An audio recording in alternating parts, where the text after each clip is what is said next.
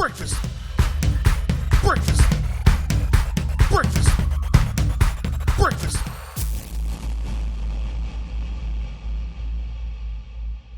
Breakfast in the morning. For breakfast. Damn, that intro is always so lit. Welcome back to another episode of Tater N Bean. What of my flaccid wiener gang? It is Tater and Peppo tonight. Bean is out in Alabama doing some real backwoods shit, probably rubbing wieners together with some dudes in a single wide trailer. But he'll be back next week with, I'm sure, some great stories. Dude, he gets alcohol poisoning like every 3 months when he used to live out there, so I'm sure he's really going to tear himself up, which is exciting for us because we love a real messed up Bean. So, but we got a special episode tonight. It is Peppo Goes Downtown. First time we take him out on the town and, get him to experience what the real American life is like over here, in the city. So, yeah, get to know the guy over here, Say hello. What's up, guys? Peppo here. Yeah, we had like a very interesting one night last weekend. It was last weekend, right? Oh, no, weekend before that. Weekend before, yeah. Weekend before. Oof. Last weekend was the Georgia trip, which everyone knows is going to be prolific stories, but we're going to wait for Bean to be here so we can share them. Great time. A lot of weird white people stuff happening in RV camper, so stay tuned. It's super white trash enthused and inspired. Great time. But, yeah, we went I'm a Dolphins fan. I'm trying to get Peppo to get into American football. He thought we were going to go watch a soccer game, but we showed up and they're throwing a fucking pigskin and tackling each other, which he called rugby at first. Almost got kicked out of the bar immediately. So, but classic Tater and Bean style. We drink a couple pre-games because we always try to save on the bar tab and not run it up to $300-400, which we managed to almost do through the amount of fuckery that ensued. Nice. Excuse me. Nice. The amount of fuckery that ensued by taking a German out on an American city. They were not ready, and I hope he wore protection. So, yeah, we go out, and I fix him a tater drink, and it's usually like 8 seconds of Tito's and a splash of soda, and then I stir it up and tell him, oh, it's not that bad, drink it. And then I keep forcing him to drink it and calling him a nurse until he's drinking this thing. I've already had probably 2 of those, and I'm going to drive downtown like a real professional. With my fat content, I'm always the triple D, designated drunk driver, and I've only failed at it twice and only totaled 1 car, so I think I got a good track record. But we decided to head downtown and go meet up Captain Bob and his... Excuse me, not COVID. Go meet up with Captain Bob and his old lady to watch the Miami Dolphins game, which was a fucking... crazy game, and with like 7 seconds left. Actually, let me rewind. Before we meet up with Captain Bob, we go meet him at his, condo, and he hooks us up with the sticiest bowls of clam chowder, and all night we're just making sure we're clam chowder set, just to keep the vibes going. So we get downtown, and we're partying. We're ordering shots. I'm ordering doubles. Peppo's like, let me get the same thing. And I'm a fast drinker. I got a lot of fat, so I really got to drink a lot in the first hour to get a buzz going, or I'm not going to get drunk, and I'm just going to, keep this sweaty phase going on. You either get super drunk or you stay in this sweaty phase where you're buzzed and you're just sweating on people. It's not a good look. So I'm going down. I ordered 5 or 6 double vodka crans. Always go with the cranberry to fight off the UTIs that keep coming back. Shout out UTIs. And this guy's just following suit. He's just dropping them with me, ordering more. I'm mingling with some buddies I haven't seen in 5-6 years, so we're really putting shots down. They're giving us coffee shots and tea shots at the real hipstery type place. Shot, oof. Coffee shot fucked old boy up. I never had a coffee shot that was so good tasting, man. I was You like, don't even know what it "Whoa." tasted like. I'll tell you that. No, I know exactly. I remember that taste. That was so good. Listen, so the game's it's a battle. There's Yeah. 6 seconds left. We kick a 93-yard field goal, and the crowd goes fucking wild. It was just, I mean, it was magical. We have a video of the thing, and we're gonna put it up.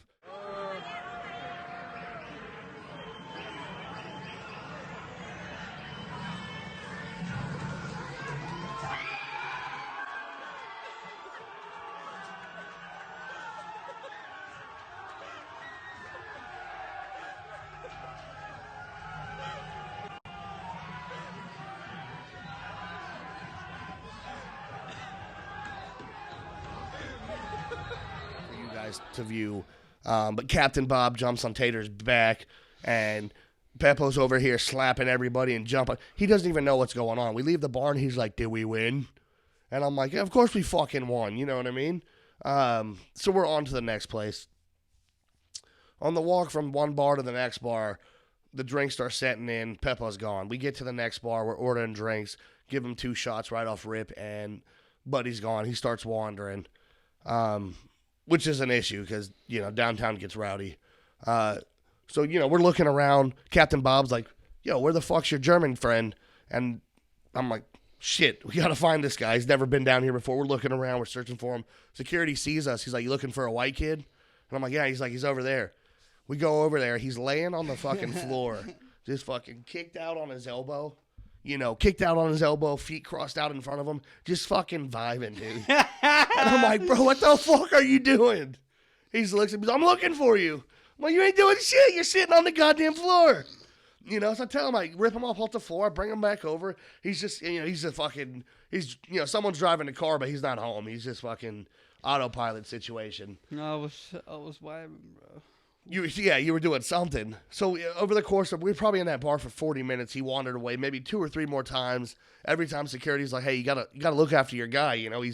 He's fucked up. He's not really, he's not causing any issues, but he's bumping into people. He don't know what's going on. He don't know where he's at. Hang on to him." So, we get him back. He starts chatting it up with these little frat boy faggots. Shout out faggots. Term of endearment. I love gays. LBG, KB2, UZ. All of them. You know what I mean? Non-binary, come at me. Let me see it. I want to see what you got downstairs. But, they talk him. I don't know what happened, but they talked this motherfucker into hitting me. And I'm hanging out with Captain Bob, and I look over. I look over my shoulder, and I see this scrawny German kid just distance way off, and he just, hits me with his forearm in the side of my head. And I look, and I'm like, "Yo, what the fuck?" And I look at these guys, and they're giggling like hyenas, and I realize they put his ass up to hit me. Yeah, I was like, at that point, probably I was just gone probably already. I got drank a lot that night. I'm like, I had a total blackout. I only remember from the whole night, probably around 25%. Like the beginning and then the end, around checkers. And it's legit because Germans don't put a number on things if they don't know what they're talking about. You know what I mean? Remember after WW2, we took all those German scientists to NASA for a reason. Yeah. Anyway, so we get to the next place. These guys talk him into hitting me, and so I go up to him, and Captain Bob's like, I go up to him, and I'm like, "Which one of you faggots told him to hit me?" And they're like, and they're sputtering, and the other guy comes up and he puts his hand on my chest. I slap it away real aggressively, like 310 pounds of do if you fucking touch me and I don't like it. And I'm like, "Which one of you faggots?" I'm like, "We're going to go outside and we're going to talk about this, you fucking queers." And they got the fucking above-the-knee khakis. They're wearing daddy's boat shoes, you know what I mean? Spending daddy's credit card. Real fucking clam types, Security comes over and he's like, "The fuck's going on?" I'm like, "My buddy's got autism, and I try to take him out for a night on the town, and they're fucking picking on him." And security's like, "Get these fuckers out of here." So everyone's like, "Autism awareness," in the fucking bar, bunch of drunk fucks, And I'm like, "Autism." Meanwhile, he's just fucking German. You know what I mean? It was like the moment I realized that German people and autistic people are very similar.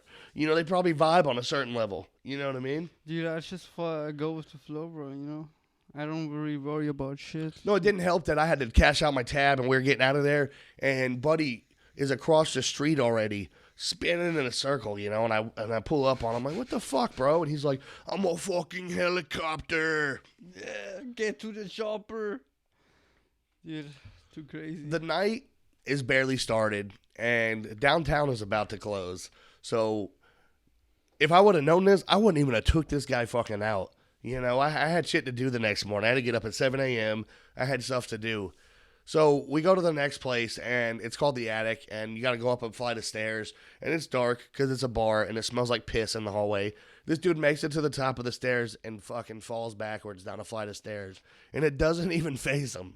I go back down there, hobble my fat ass back down with my torn ACL, and I'm dragging his ass up by the sleeve of his fucking coat, which is mine, by the way, and it's covered in piss because he fell on the piss floor. No, shut that up. No, son. No. So we get up to the top of this place. We order more drinks. We're not going back to the other bars. I'm paying for your drink. You'll figure it out tomorrow. So we're ordering drinks. We're getting fucked up. And, you know, it's like 1:45, last call. We get our drinks.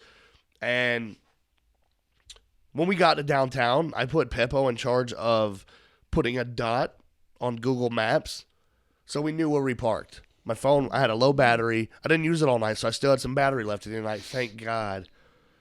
My dog just took a screenshot of the view of the Google Maps and said, we're right there. And sent me that picture at 2:15 a.m. while I'm fucked up.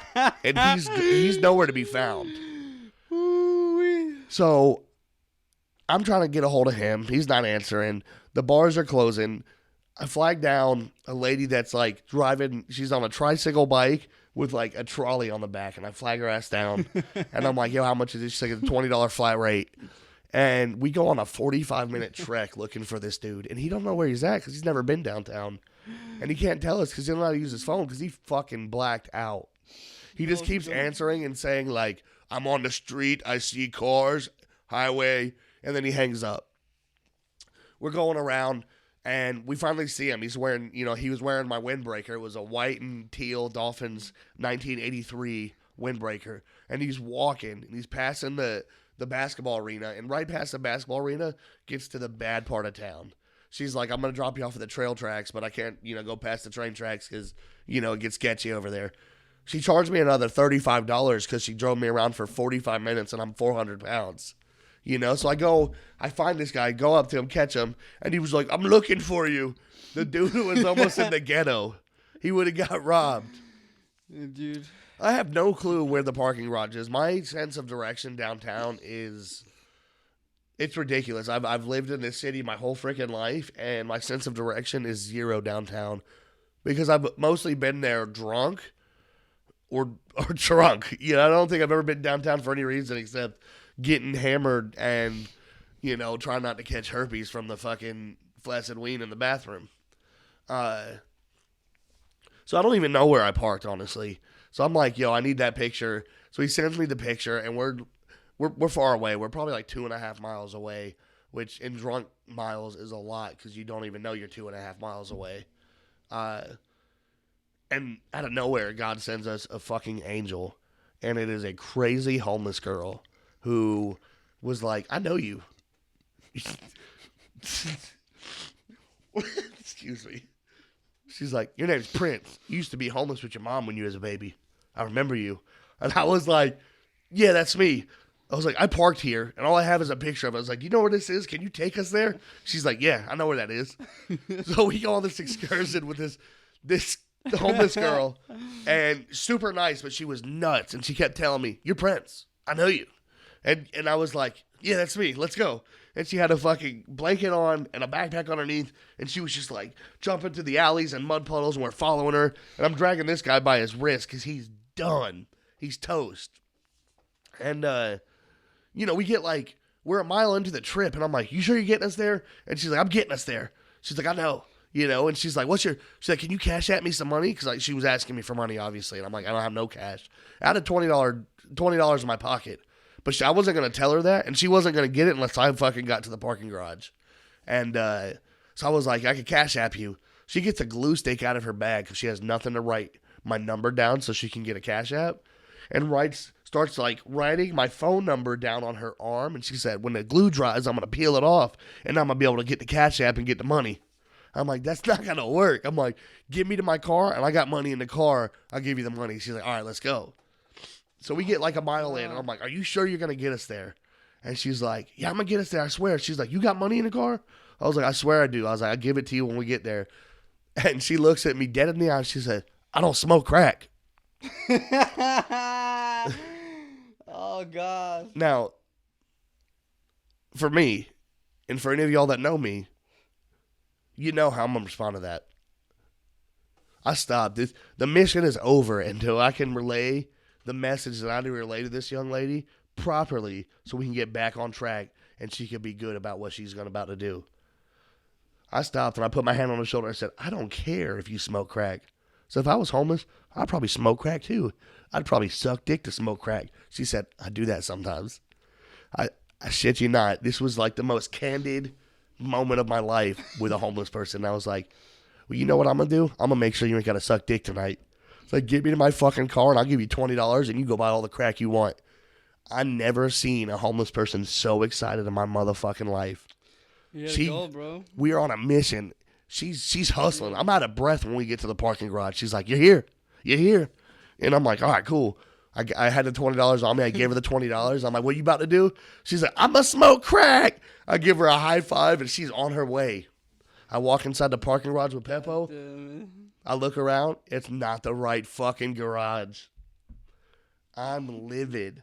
And I'm cussing at Peppo like he had anything to do with it. He has no idea. He's like, it's the right one.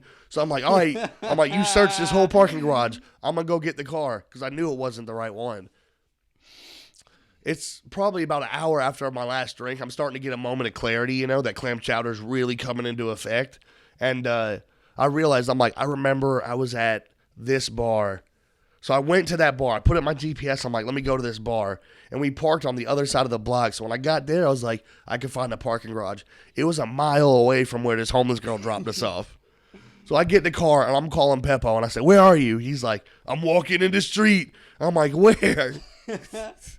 He's like, I'm like, what do you see? He's like, Wahlburgers. So I hang up the phone. I'm like, I tell him, I was like, you stay right there. Don't move. I hang up the phone. I get this, you know, it probably takes me 7-8 minutes to get there. I get there. My man's laying on the street, feet kicked out again, his head laid back, looking at the stars, like he was ready for bed. And I pull up. And I'm like, yo, get in the car. He's like, oh, I didn't know you were coming to get me. The whole time, too, he's telling me, he's calling me when I'm, like, looking for the car. And I'm like, did you find it? Because I still had, like, hope that he was in the right garage. And he was like, just leave me down here. I'll figure out how to get home. He would have not figured out anything. I would have passed out so bad. Dude. Oh, he would have woke up the next day and not known what happened.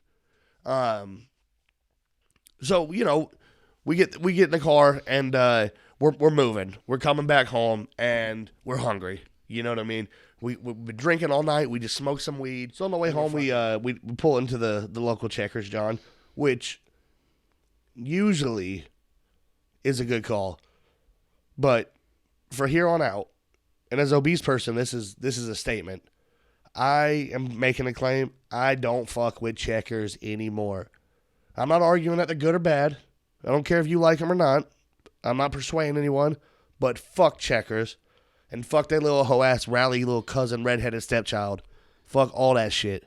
Fuck their little crispy fries. And they serve a hot dog and all this bullshit. Fuck you, Checkers. You're a hoe. Anyways, we decided to go to Checkers. Should have went with the number one, the Giants, the Juggernauts, Mickey D's. They would have had our back. That's where I ended up anyways, at 4 a.m. because this idiot. We pull into the Checkers. Buddy wants just a Big Buford. I get the number one. Classic, simple, easy money, no mayo. I know it's weird. Fat people love mayo. That's the only thing I don't eat is mayo. I don't get it. Right before I'm pulling away from the speaker, I said, hey, can you make the drink a large for me? She's like, no. And I like laughed it off. Like, you know, I work in fast food. Like, you know, I joke with the people sometimes. I was like, no, I'm not doing it. And I like laughed it off, and I was like, yeah, just, you know, I don't need the fries large. I just want the drink large. And this was like just right around the time when I gained conscious again. Like I kind of like started remembering like that, like the beginning of Checkers. Like He ordered his own burger. That's how, like, you know, he was clicking again. You know, sparks were firing. He could do simple maths if he needed to. We didn't need to, but he could. But yeah, she's like, no, I'm not doing it, and I'm like, oh, what do you mean? I was like, I don't work at a Checkers, but I was like, oh, I work at a Checkers. I was like, all you do is you just recall the order. You're gonna select the drink. You're gonna combo sub the drink out for a larger drink, and then you're gonna use your fucking dick beater and grab a large cup and fill it up for me. And she was like, I'm not doing shit for you. And I'm like, so you tell me if I want a large drink, I got to get back in line? So you can do whatever you want. So I was like, oh, bitch.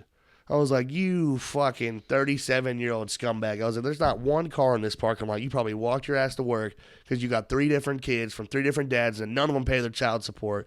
And you got a terrible attitude. I was like, the problem is your manager's not even going to tell me to stop roasting you because you're a scumbag. And, she started, all right, do it. You want to sit there? She's, fuck you, Bubba, fuck you. I just keep going in. I know she's got a hairy lower back. I hit her on the hairy lower back. I called her a crumb bum because she probably was, if I could imagine, back in the day when in her prime, she probably was begging for the crumbs of the crack so she could suck somebody's peen. She just looked like that type of person, a very underperforming member of society. You couldn't even make the drink large. I'm paying for it. I asked, please. You couldn't. You're a lazy fuck. You'll have a new job in 3 months and another one after that. But the problem is Checkers employs people like that. The manager didn't say a word to the employee. She also didn't say a word to me because she probably enjoyed that I was cussing out her stupid employee that wouldn't do her job and probably doesn't do her job any night that she works. But they keep giving her hours because fuck Checkers and fuck Rallies. They're scumbags. I don't care. We go Shots on. fired. Shots fired. Peppo even got in on the deal. Yeah. Peppo chiped up a few times and said, shut up, bitch. And you know what happened? They closed the Checkers early, 20 minutes before closing bell. They cut the lights off. That was crazy. With a line of cars wrapped around. They cut the lights off. What do? We stay there at the speaker. The cars behind us are beeping their horn and yelling at us, what the fuck, man? And we're looking back at them. We're like, Checkers won't take our order. And everybody just revolts against, fuck you, Checkers. People are driving through the opposite lane that was closed and throwing quarters at the fucking windows. People are trashing the parking lot, flipping the cans over. And these people, they could have gave us a large drink that we offered to pay for. But they wouldn't do it. Because Checkers is a hoe-ass establishment. Hoe-ass establishment. Fuck Checkers. Fuck Checkers' mom. I don't rock with Checkers anymore. I don't do it. It's on me. It's on you. We leave the Checkers. I give up on getting Peppo something to eat. I don't even care if he's good in the morning. He made me stay out 2.5 hours more than I wanted to. I just was going out for a simple Dolphins game and a couple drinks after. We get home at 4:45 in the morning. I drop him off. I don't even go to his house. I drop off at the end of the road and hope he finds his way to the oncoming traffic. But he doesn't. He makes it home like a piece of shit that he is. Easy. Yes, sir. He got that German GPS and he just goes right there. You know what I mean? And I make it down to the McDonald's where I was actually more happy because they were serving breakfast because it was 5 a.m. And I got a couple McGriddle Johns, which a sausage McGriddle just sums up America. It just does. I think I never had. What is a sausage McGriddle again? Oh, dude, the McGriddle. First off, the McGriddles, it's a name. It's a brand. Mm-hmm. But the bread, right, it's a pancake. Okay? Is it like fluffy? It's a pancake bread. Ooh, but there's syrup built into the bread. Yeah. And then you get the sausage and the cheese for the savory, and you mix it with the syrup and the bread. Did they have, other than sausage something? They got bacon. I mean, I think I got the bacon. Yeah, I mean, that's a German move, but fair enough. I enjoy the sausage.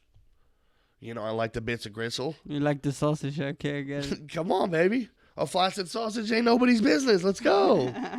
Listen, I we joke around about the flaccid wings, but I really, I'm taking a stand here. I think penises get a bad rap.